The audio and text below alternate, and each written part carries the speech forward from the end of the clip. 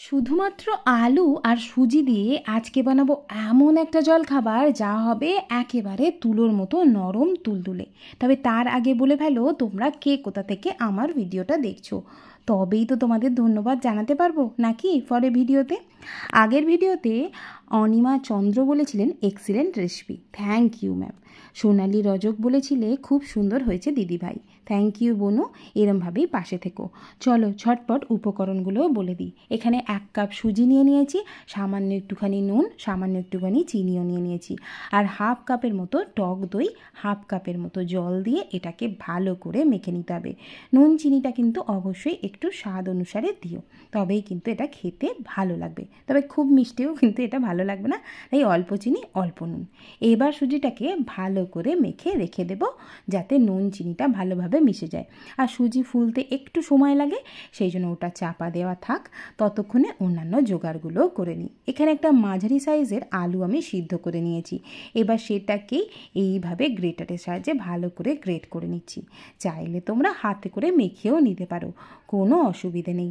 Frying প্যানে সামান্য একটু সাদা তেল বা ঘিও দেওয়া যেতে পারে এখানে, সেটা দিয়ে দিলাম কিছুটা গোটা সর্ষে, কিছুটা গোটা জিরে। এবার এটাকেও নেড়ে চিড়ে ভালো করে ভেজে নিতে হবে। বেশ একটা চটর পটর আওয়াজ শুরু হলে দিয়ে দেবো খানিকটা কাঁচা লঙ্কা কুচি। লঙ্কাটাকেও কিন্তু বেশ ভালো করে ভেজে নিতে হবে। দিয়ে দিচ্ছি সামান্য একটুখানি মিহি করে কুচি করা পেঁয়াজ। এবার পেঁয়াজটাকেও নেড়ে চেড়ে একটু নরম করে নেব, তবে খুব বেশি ভাজার কিন্তু প্রয়োজন নেই। একটু নরম হলেই অন্যান্য সবজিগুলো এখানে অ্যাড করে দেব। সামান্য একটুখানি গাজর, একটুখানি বিনস এখানে অ্যাড করে দিলাম। চাইলে তোমরা অন্যান্য সবজিও অ্যাড করতে পারো। অনেক সময় হয় বাচ্চারা একেবারেই সবজি খেতে চায় না, সেই ক্ষেত্রে তোমরা এইভাবে সবজি অ্যাড করতে পারো নিজের ইচ্ছা মতো। সামান্য এখানে নুনও দিয়ে দিলাম যাতে এই সবজিটার মধ্যে নুনটা চলে যায়। দিয়ে দিচ্ছি সামান্য একটুখানি হলুদ আর জিরে গুঁড়ো, একটুখানি লঙ্কার গুঁড়ো। একটু ঝাল ঝাল না হলে কেমন হয়, সেই জন্য লঙ্কার গুঁড়োটাও দিয়ে দিলাম। বাচ্চাদের জন্য বানালে তোমরা লঙ্কাটাকে স্কিপ করো। অল্প একটু জল দিয়ে সবজিটা একটু সিদ্ধ হতে দেব চাপা দিয়ে, ওই ধরো 2 থেকে 3 মিনিট। সবজি খুব ছোট করে কাটা আছে, সেই জন্য সিদ্ধ হতে খুব বেশিক্ষণ টাইম লাগবে না। এখানে একটু নরম হয়ে এসছে, আগে থেকে যে আলুটা আমরা গ্রেট করে রেখেছিলাম সেটা কিন্তু এর মধ্যে দিয়ে দেব। দিয়ে ভালো করে মিশিয়ে নেব যাতে আলুর মধ্যে ওই সমস্ত সবজির ফ্লেভার এবং মশলার ফ্লেভারও যাতে ভালোভাবে মিশে যায়। স্টাফিং তো রেডি হয়ে গেছে, এবার এটাকে ঠান্ডা করব। অন্যদিকে দেখে নেব সুজিটার কি অবস্থা। সুজি কিন্তু বেশ ফুলে ফেপে বড় হয়ে গেছে, দেখো আর কি সুন্দর কাদা কাদা নরম টাইপের হয়ে গেছে। এবার সরাসরি এটাকে নিয়ে নেব মিক্সার জারের মধ্যে।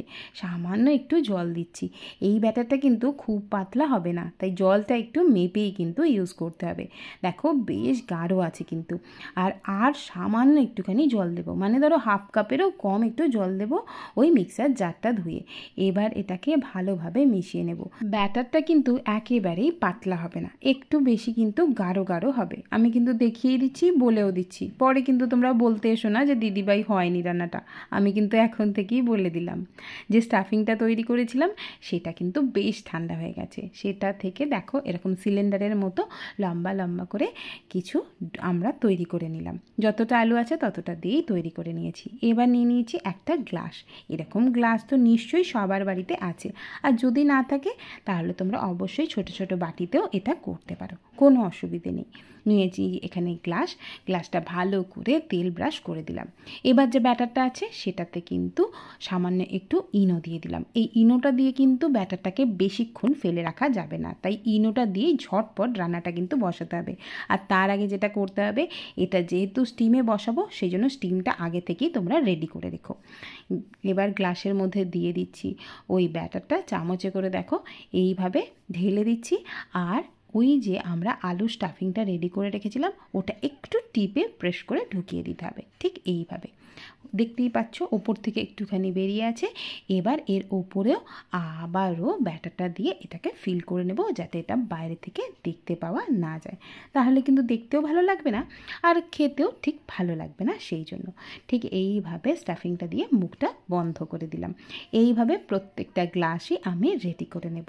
ওই যে বললাম, গ্লাসে যদি করতে না চাও তাহলে কিন্তু তোমরা এটা বাটিতেও তৈরি করতে পারো। ওদিকে দেখো আমি কিন্তু আগে থেকে স্টিমে বসিয়ে দিয়েছি একটা বড় ডেকচিতে জল নিয়ে। এবার তার মধ্যে গ্লাসগুলো বসিয়ে দিলাম ঠিক এইভাবে। একটা জিনিস কিন্তু মনে রেখো, ইনো দিয়ে কিন্তু এই ব্যাটারটাকে ফেলে রাখা যাবে না, তাই ঝটপট কাজটা করে নিতে হবে। এটাকে স্টিম করব প্রায় 8 থেকে 10 মিনিটের জন্য। তারপর দেখো এটা কিন্তু একদম রেডি হয়ে গেছে। একটা টুথপিক ঢুকিয়ে দেখে নিচ্ছি যে ভিতরটা কাঁচা আছে কিনা। টুথপিকে লাগেনি, তার মানে এটা কিন্তু রেডি। এবার এটাকে চাপা দিয়ে 5-7 মিনিট রেস্টে দেব একটু ঠান্ডা হওয়ার জন্য। আর এটা ঠান্ডা হয়ে গেলে একটু ছুরি দিয়ে বা চামচের পেছন দিয়ে এইভাবে ঢুকিয়ে এটাকে জাস্ট একটুখানি রিলিজ করে নেব, তাহলেই দেখবে খুব সহজে এটা বেরিয়ে আসবে। একদম কি সুন্দর সিলিন্ডারের মতো তৈরি হয়ে গেছে, দেখে নিশ্চয়ই বুঝতেই পারছো।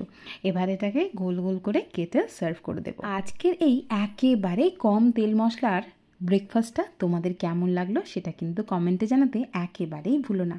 আজকের মতো এটুকুই। তোমরা সবাই ভালো থেকো, সুস্থ থেকো।